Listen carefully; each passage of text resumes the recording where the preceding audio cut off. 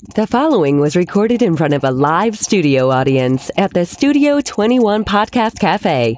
This is the United Podcast Network. This is Africa Diaspora Connect. Join us as we take the journey from the motherland to America. We share our experiences and learn from them. Here is our host, Kibathi. Welcome to Studio 21, Africa Diaspora Connects. We're bringing forth an agenda that is rarely discussed. It's that elephant in the room, always in hash tones. This will be part one of Behind Closed Doors, the unspoken truth. The fabric of family is breaking down before our eyes. The collateral damage are our innocent children. It's malignant and needs to be addressed before it consumes us.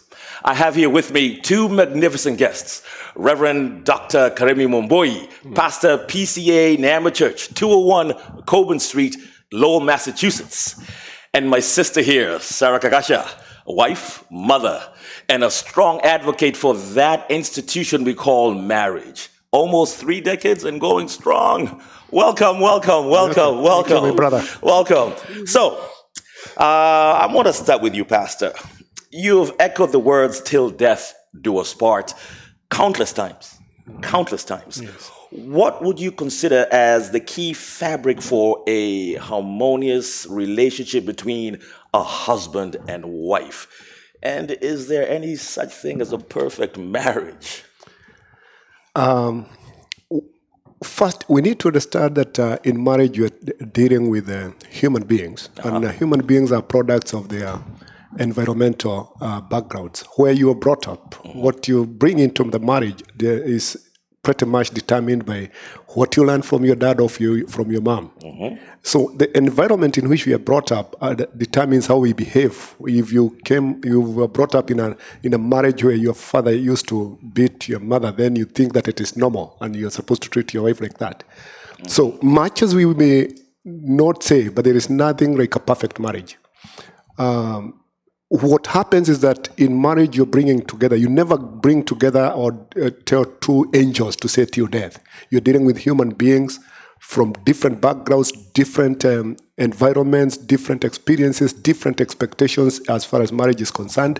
And so they come with their differences. Theirs from day one when they say till death is to start shutting out the differences and shut a common path towards a common end. Okay. But at times, because of our imperfections, they run parallel to one another, whereby they are not working towards a common goal. Understood. And so when we say till death, we should realize that we are entering into a journey whereby you and I, my wife and I, have to continue removing the differences. And as we continue learning together, we start imitating one another and learning one another. It's a journey.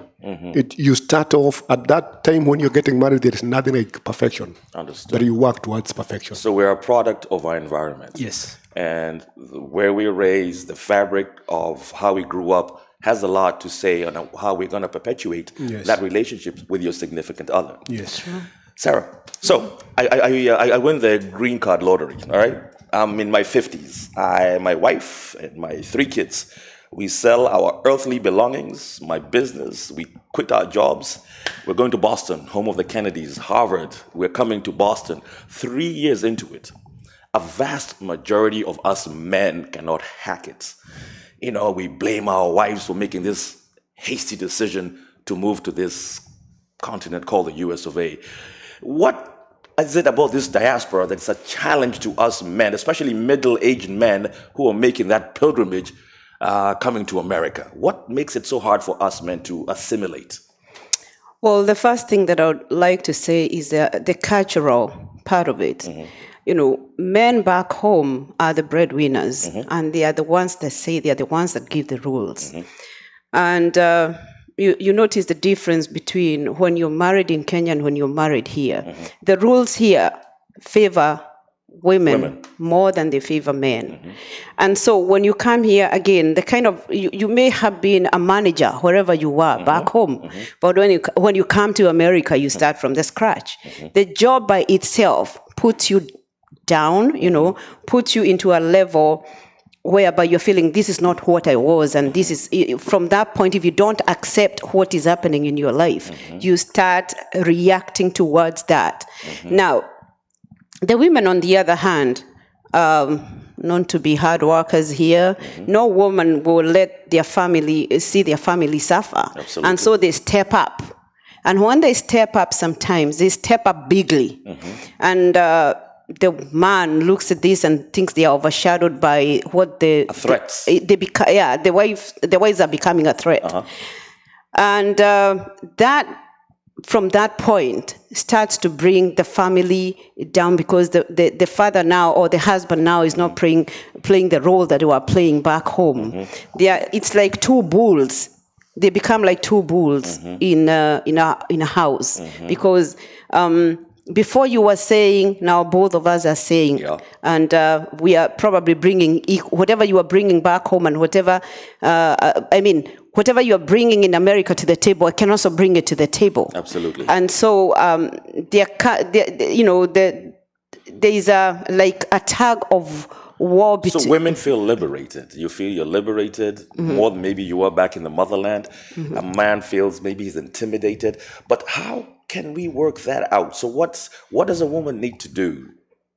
Knowing we African men, we are headstrong. We are head of the household.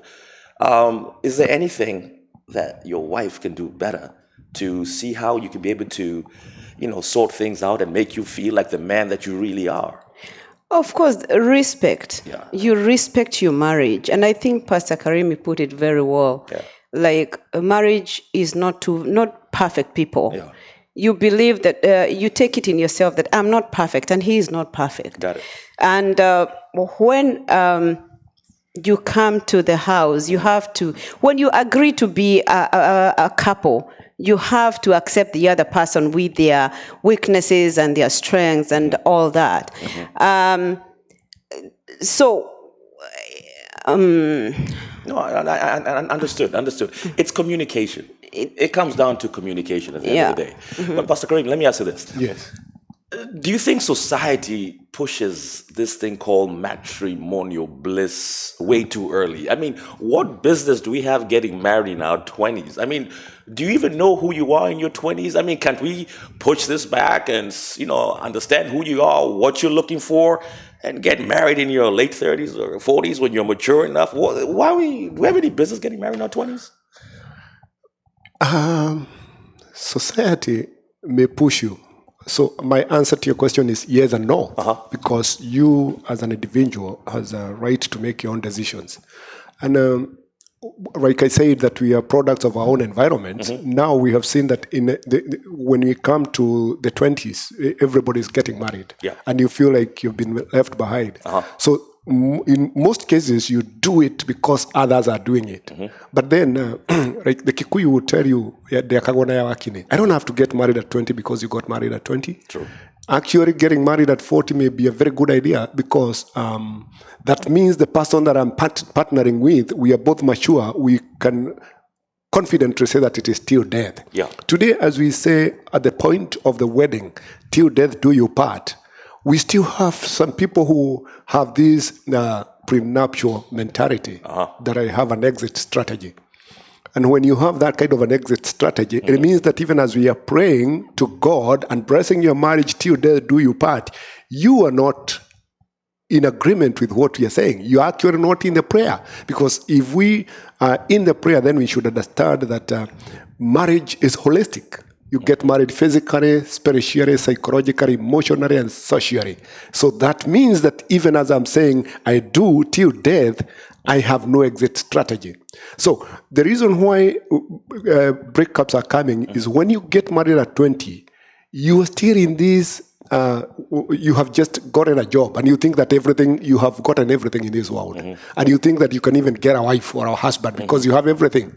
But then you have not really come to understand what are the expectations of a relationship. True. When you're dealing with two people, it becomes contractual. You need to understand what the contract is all about. And so rushing into getting married because so-and-so got married is our own undoing. And I also think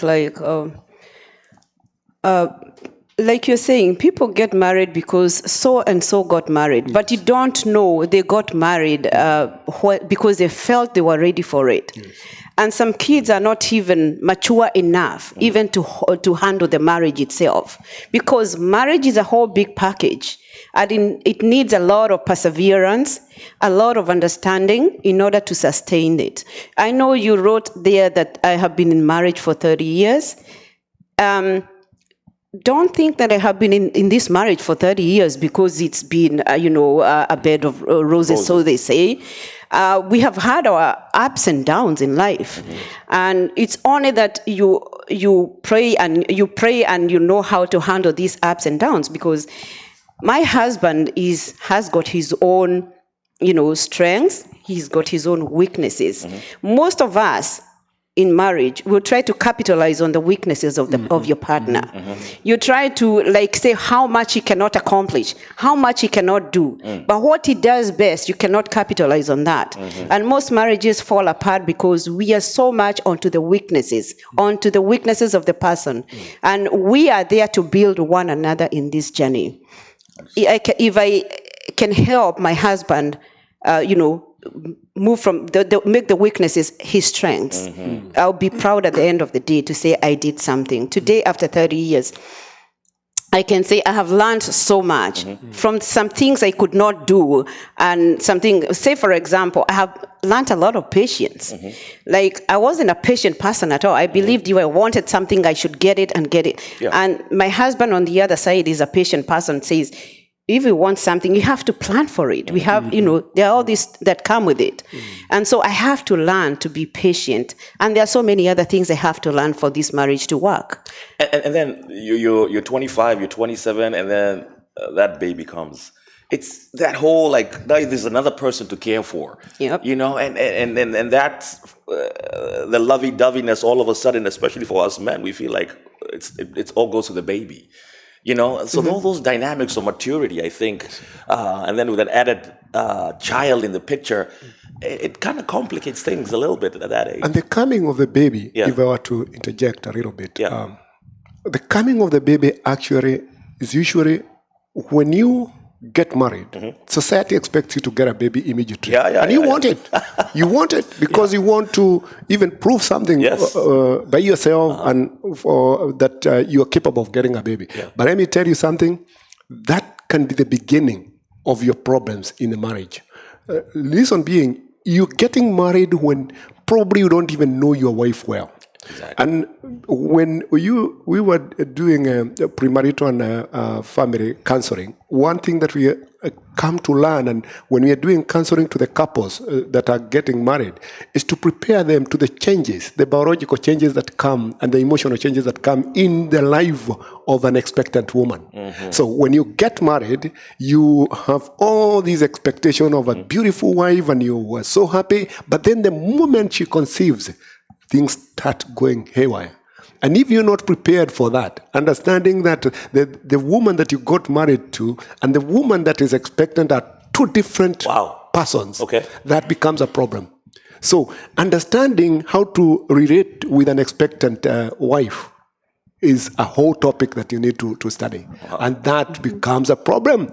We have seen some people I remember a story that happened one time when these lady got expectant, and because of the iron deficiency in the body, that is in Kenya. This lady was, eating some soil, and the husband comes in,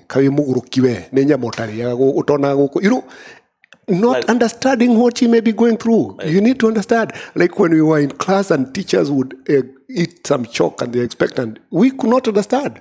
Wow. But that is something that you need to study, you need to go through, understand what is going on in the biological formation of your wife before you can even think that you understand what it means to have 10 years into the marriage, no babies yet.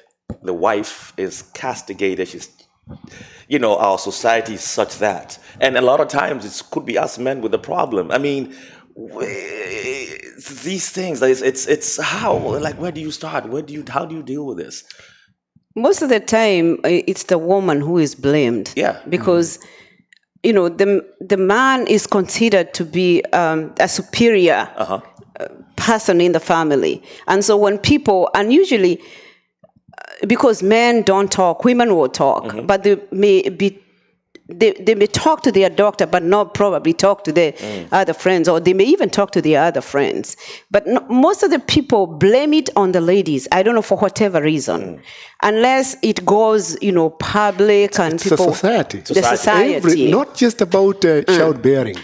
Everything about society between the husband and the wife is blamed on the wife. Yeah. When the marriage breaks up, it does not matter what the man did. The woman, you cannot keep a marriage. Yeah. Society has been so unfair to the women, so unfair in all dimensions. And probably that's why when women come here and they know that the government or whatever here, it gives the women more privileges, and even if there was a fight in the house, and probably it was the wife who was beating the husband, but they call the first person to be taken will be the man, because the whatever rules that govern America, they don't favor a man at all. And so that is very, very frustrating at the same time, because sometimes you're working and you're trying your best. I had this guy who was telling me, I would rather have this woman, slap me as many times as I can with my hands down, because the moment I'm going to raise my hand, all the hell is going to break loose. So, the society back home has made a woman go down there. So when the women come here, don't ask the reason why. All these things that we are reading in the news and in the media are happening, because people now are saying, now I'm in another level, I can do what I can because I have a backing. I'm glad you brought up domestic violence. I mean, there's this... And before you go to domestic violence, when it comes to 10 years of waiting without a child, you don't have to wait for 10 years. But ensure that probably the first 2 years is a moment between me and you to learn one another. Because the moment the baby comes, that is an interruption. We stop learning how to relate with one another and now start learning how to incorporate a third institution in the institution of marriage.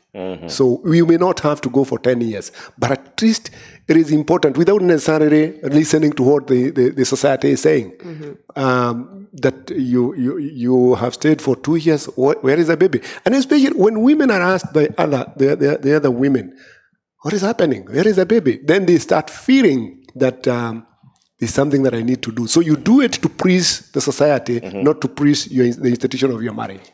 But I think it's the pressure that comes with it. Yeah.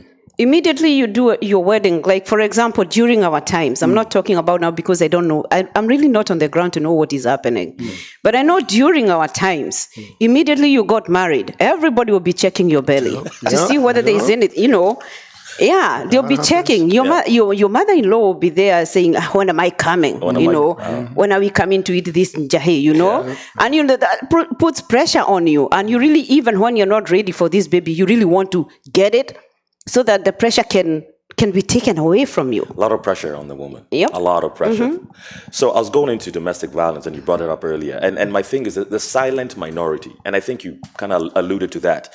It's us men. About 25% of DV is on us men. But it's in hushed tones. Because as a man, I'm not going to go out there and broadcast the fact that my wife beat me up. As a man, we have a tendency of keeping things to ourselves. Is this something that's ever spoken about? Have you ever been in a scenario where DV is happening and it's the husband who's actually the culprit, who's actually, no, is the husband, is the person who the incident is happening? And how does a man deal with that? How do you dig yourself out of that treacherous hole as a man? From my position as a pastor, I can say it has been happening a lot. And I have cases whereby men have shared with me. Domestic violence doesn't necessarily have to be physical assault. It is also, there is emotional assault. Sometimes men are frustrated and they have nowhere to go. They have nothing to do. And like she said, women, you talk it out. Men, you keep quiet. And that is dangerous, because a time will come when you come to a breaking point and explode. which is not something good. Yeah. So it happens in both directions. But we need to understand what marriage is all about. Marriage is about equality. It's about respect for one another. So if I were to mistreat my wife or my wife were to mistreat me, then that is not marriage. It is a contest between two people, and it's actually two bulls fighting, and the grass suffers. But when we understand why I got married and why she got married, we can sit down and reason together, and out of respect for one another, listening to one another and communicating with one another, we can be able to resolve any conflict that may come about. And as we said that, last week I celebrated 25 years since I got married. Congratulations. And one of the things we were reflecting with my wife is that we have come a long way. Yeah. The way we were reasoning 5 years into the marriage is not the way we are reasoning today. And that helps us to understand that we are growing. You have to evaluate where you are. Every year as you celebrate your anniversary, evaluate where you are, where you have come from, and what you need to adjust to accommodate one another even in a better way. So when we look at marriage in terms of equality and understand the biblical principles, right now what Paul was writing to the Ephesian church, submitting to one another in the fear of God. Submitting to one another in the fear of God. When you understand that the first thing that you need to do is to fear God, and in the fear of God, then I understand that she is a child of God. I respect the God who created her and the God that is in her. So the way I treat my wife, I'm also conscious that God is observing. And that can lead me to a strained relationship with my God. I would think more, I would be asking, what are the causes of this domestic violence? Yes. What is contributing to this? Because they have become too many now. Mm-hmm. And in this age and time, there are so many videos that are circulating. We've seen them. Yeah, and it's quite, some of them are quite discouraging because, graphic. Yeah, and you don't want, some of them you don't even want to see them because some people have gone through that kind of trauma. You don't want to see it because it reminds you of some wounds that are not even yet healed. Mm-hmm. So I think more we should be saying what is the cause of domestic violence. Spare the rod, all right? You spoil the child, I hear. We grew up in a different era. Mm-hmm. All right. Personally, I got whipped like you read about. I grew up in that. My dad was a disciplinarian. We used to call him Discipline. May he rest in peace. My mom was a teacher. Trust me, she taught us well and she taught us discipline. Nowadays, we're raising our children and we have been sparing the rod. Are we doing what's right? I mean, how do we deal with this? How do we discipline these kids without getting arrested? The problem is when we are talking about discipline, when it is too late. Okay. The point at which you start disciplining your child is after they go to school. And the first thing that they learn in school here is their rights, their approaches to issues. If you feel that you're not happy or you're not being treated right, report. But if you start bringing that child in the understanding and in the fear of God and discipline them in such a way that by the time they go to school, they already know what it means to respect, to obey, and to be well behaved. You don't need to discipline them when they have gone to school. But we turned out okay. I think my dad used to get bored. When he's bored, he used to just come and just for us. But I turned out okay. What's the difference? You notice that most of us were brought up by authoritarian parents. Okay. Yes. The kind of parent that tells you, I want to get this done. Mm-hmm. And before you even go out to play or to do anything, you had to get it done. Absolutely. Because if you didn't, I think we are the generation that were whipped real good. Yes. Oh, yeah. You can say that again. And you are told that you will not eat until this is done. Mm-hmm. And our moms, our dads were no joke. No joke. The discipline was high class. Mm-hmm. Now, today we have different kinds of parents. Mm-hmm. We have the unavailable parents. Mm-hmm. Those ones who provide everything and they will hire shows to take care of their kids. Absolutely. And now, when you think about a child who is being brought up, 24 hours or 16 hours by a shosho, of course, my grandmother never disciplined me. In fact, if my father disciplined me, I would run to my shosho because she was my refuge. Yeah. And Shosho are those caretakers, those elderly women that we hire to take care of our kids. Yes. You know that, yeah. Yes, but they may not give the discipline that the mother or the father can give. Mm-hmm. And if you're not available for your kids, the moment you'll be available to discipline them may be too late. Yeah. It may be too late. So you want to divide your time in such a way that the shoshos are very good because they give you time to even do your own thing. They give you time to go, to work, and because there must be a plate of food, you have to pay your bills and all that. But also make sure you plan your time well. But we end up doing doubles all the time, and raised by the shoshos, we do doubles, and that's all we do is doubles. It's all about the money. Well, I would think we need to organize ourselves better, so that we have time with especially in their formative years when they are growing up. 0 to 8 years, you need to be available for your kids, because that is where you can make or break the child. Yeah.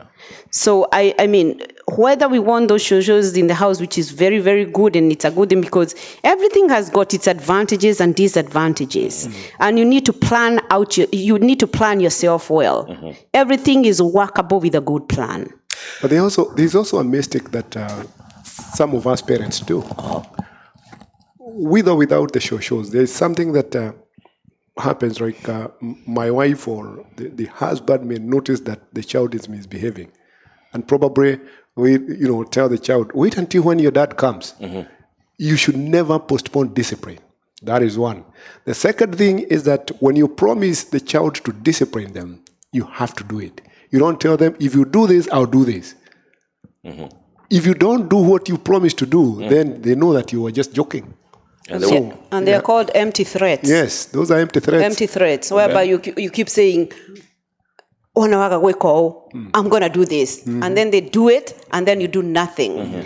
And there's the other thing whereby we tell our children, your children ask you, Mom, can I do this?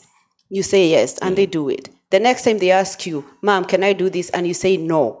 Now, when you say no, the kid keeps on asking you, Mom, why did you say no? I have one policy for my kids. I tell them, if I did not explain a yes, I don't have to explain a no. There we go. And they have to know a no is a no and a yes is a yes.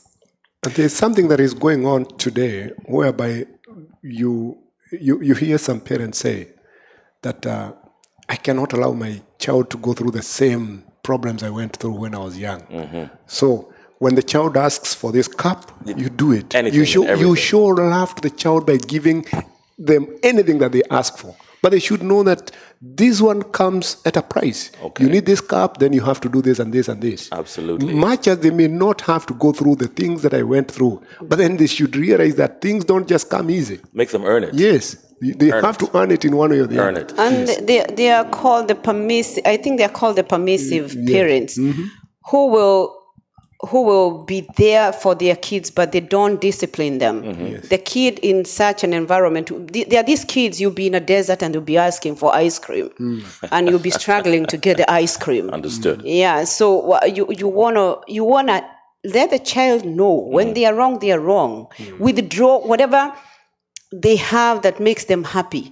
Take it. They are called logical consequences. Yes. If it is the video game they are playing, take it for 24 hours. They're not going to die. Confiscate it. Yes, take it away. Time out. Those privileges, take them away from them and tell them until you improve. That's when, or until you do what I asked you to do.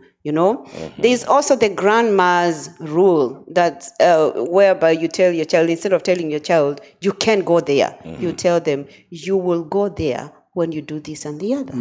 Set expectations. Yes. Let's discuss financial intimacy or the lack thereof. Husband, wife. You pay this bill, I pay this bill, I have my own account, you have your own account. We split the rent, we split the mortgage. I don't even know how much my wife makes, she doesn't know how much I make. Is that scenario real? Do these things exist? I know they do. What's that all about?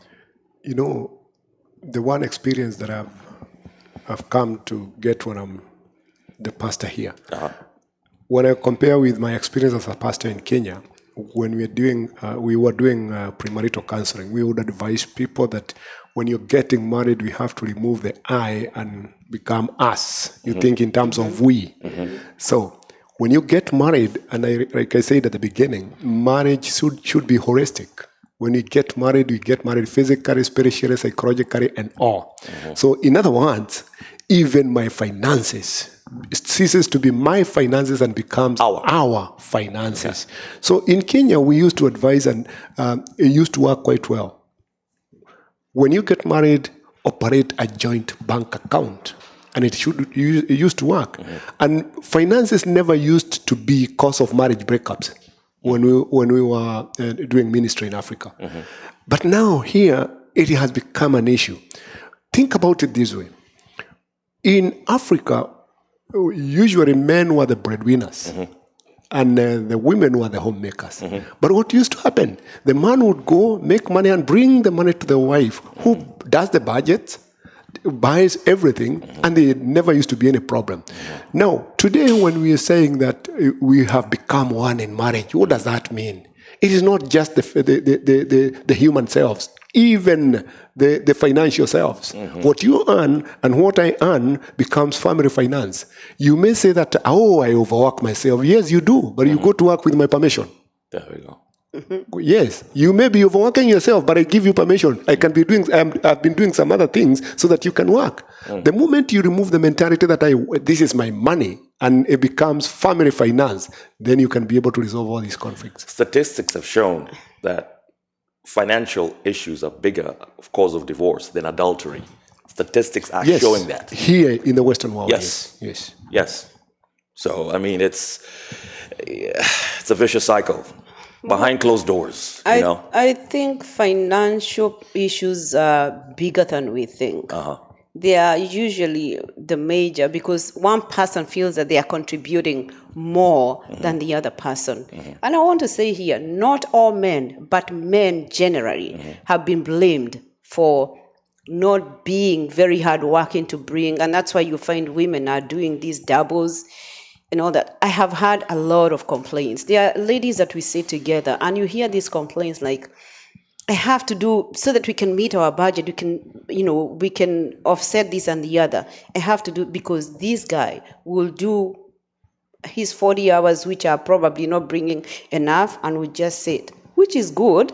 But you as a man, I know Pastor Karimi will agree with me on this one. You are the head of the house. You are the priest of the house. So you should be the lead. And that's why you find people not being open enough to tell you, this is what I have in my bank. This is what I have in my bank account. Because if I tell you this is how much I have in bank account, then you continue with your laxity, you know? So what I say myself usually is that you can keep your account if you want to keep your account, and I can keep my account if I want to keep an account. But we can open a joint account whereby we can be saving up some money for our welfare, for vacation or for whatever it is. We can have a saving together so that we can meet all the demands of the family. That way you will not reach a point whereby you'll be saying you don't and I don't and blaming each other, these blame games. And then we have to be very careful when it comes to the institution of marriage, that we do not sacrifice the important at the altar of economic expediency. That you work, but you realize that you are making a mistake not investing in the institution of marriage. My time with my wife is invaluable. The time that we spend with one another will lead to the lasting of the marriage. Have a date night. Yes. Money will not lead to that. However, much you're making and I'm making, even if we have each one of us in our separate or joint account of $1 million, that cannot build the marriage. But we don't see each other. You're working this out. We don't even get to see each other. Think about our parents and our grandparents. They never used to work. My Goka would wake up in the morning and she'll go to the farm and farm together. When they come home in the evening, you go to the cows and the other one goes to cook and then they go to bed together. 24 hours they were together. They never had money in the bank, but they used to live together and spend time together. But now we have brought in the aspect of money, which has literally broken the institution of marriage. In our pursuit for more and more and more, we will never get enough. Glamour. Yes. Why aren't we teaching our children our dialects? And I'm first to admit to this. I spoke to them in English all along. And my daughter now, who's 21, like that, why didn't you take the time to teach me your mother tongue? I come from a tribe called the Kikuyu. I speak Swahili and I dabble in English, but I choose to speak in English all the time. And I've been questioned by my own daughter. My son doesn't care, but my daughter's like, Dad, why didn't you teach me some words? Why don't we? I see other societies. I see the Vietnamese, the Chinese. I see the Spanish. They're speaking Spanish to their kids. They're speaking their own dialects. Why don't we Africans do the same? Let me give you my example. Yeah. Before we came to this country, we used to live in Nakuru. I was a pastor in Nakuru before I was transferred to Nyeri, but my family remained in Nakuru. So my son was a Swahili speaker. When we came to this country, he was 5 years old. Okay. And then after some few months, I realized that the Swahili is going. So we sat down with him and we argued that you have to retain one of our languages. So it's either Swahili or Kikuyu. But because in the house we speak Kikuyu more, now we had to move him into Kikuyu. I had to sit with him, with my wife, and teach him the basics of the Kikuyu language. And then we agreed English out there, Kikuyu in the house. Even today, my son cannot speak to me in English. Wow. And how old is he now? He'll be 24 in a month's time. He can't speak to me in English. And I try to encourage him to speak to me in English because sometimes some of the words in the Kikuyu are difficult for him, but he still can't. So what I'm trying to say is our language, and the reason why I brought it up with him is a year before then I read a story about this young lady who was at Nairobi University. It was in the Nation newspaper. I wish I printed out that article. This lady was at Nairobi University. The parents were Luo. So she and her brother used to speak English and they were brought up in Nairobi. So their uncle died and they went to Nyanza for the funeral. For the 2 weeks they were there, they could not understand, they could not speak a single word of Luo. But the parents went and immersed themselves in their culture and they were all over, speaking with other people and socializing. This girl wrote in the Nation that we seemed like outcasts. The other kids are laughing at us and we are not understanding what they are saying. And then the parents are comfortable there. So she came and said, I wrote that article, why I will never speak to my parents again. The choice of not speaking a language should be to the person, by the person, not by anybody else. So I have a right to be called a Kikuyu, and you denied me the opportunity because I cannot be a Kikuyu if I cannot speak Kikuyu. When I read that article, I realized I need to go back to the basics. And that's why I took time to teach him the language. My grandmother died in April. And whenever we went to Kenya and visited my grandmother, my son was always very happy because my grandmother would say, and you know, my brother's kids who live in Nairobi cannot speak Kikuyu. True. Any take on this? What I would say is that have sessions in the house whereby you say this is a Kikuyu session or this is a Swahili session. And how old are they? And how old are the kids when I'm saying this? My kids are like how when do I start? When like now my son is 19, he has no time for that. So it's too late. It's too late. So when should I because I want to rewind this. I want to do a reset button hopefully and see how I can start again. You should start it from when they are very young. Speak to them in Kikuyu from when they are very young and they'll grow up with it, and have sessions in the house whereby you say this is a Kikuyu session or this is a Swahili session. You know what happens, because we have had those sessions in my house. What happened was that the person who could not speak in Kikuyu kept quiet and looked at the others.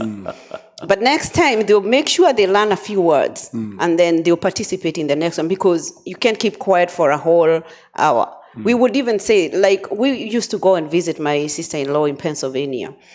What we used to say, in this car, we are playing Kikuyu music, Swahili and Kikuyu music, and we are speaking the whole journey. We are going to speak in Kikuyu. The struggle was real, but at the end of the day, they'll grasp some words. Yes. Do as much as you can, because out there is all English. Yeah. When you talk to them, don't struggle, don't strain to speak in English, because when you go out there, you're also speaking in English. Be proud of your culture. Yeah. You know, let your children know where they belong and their roots. Yeah. And the language makes their identity. Yeah. It does. So they cannot say they are Kikuyu if they cannot speak Kikuyu. But you don't have to be forceful. Just do what you have to do, and at this age, you cannot you cannot actually turn the clock. I can't. But you can encourage them, and some of them are going to school. Like there was a time that some parents made us have Kikuyu classes in the church for their kids. Well, And, folks, just to add a little bit, you see, like our parents, can you imagine the struggle that our parents back home are calling they want to talk to their grandkids? But they can't the speak. struggle. Oh, I said, there's not going to be a struggle here. Shosho is speaking Kikuyu, you have to speak to her in Kikuyu. You know, whatever you do, just communicate. Whatever you say, just say it. Yeah. tough one. And however broken the Kikuyu they speak, encourage them. Tell them, oh, you're doing good. You're doing, yes. Yeah, you're doing and good. those Kikuyu songs, the common ones, let them, my kids sing them. I see, even when they are alone, I hear them sing those songs. And I'm saying, my God. Us born city guys, we have a problem. But you know what? Adhere to it. This is part one, folks. This is part one of an amazing topic. Africa Diaspora Connect. We have a lot to talk about. Our households and where we live. Stay tuned for part two. The story continues. Be sure to subscribe and to the channel. Hit the bell icon. Don't forget the bell icon to get notified when an episode is released. And like this, and make sure you like this episode. Luta continua. This is an amazing topic. You guys are coming back. You're coming back soon because we have a lot to cover. Signing up, coming to an airwave near you. Kibathi Gaturu, the bandsman, saying, catch you soon. Peace out and thank you so much. Thank you.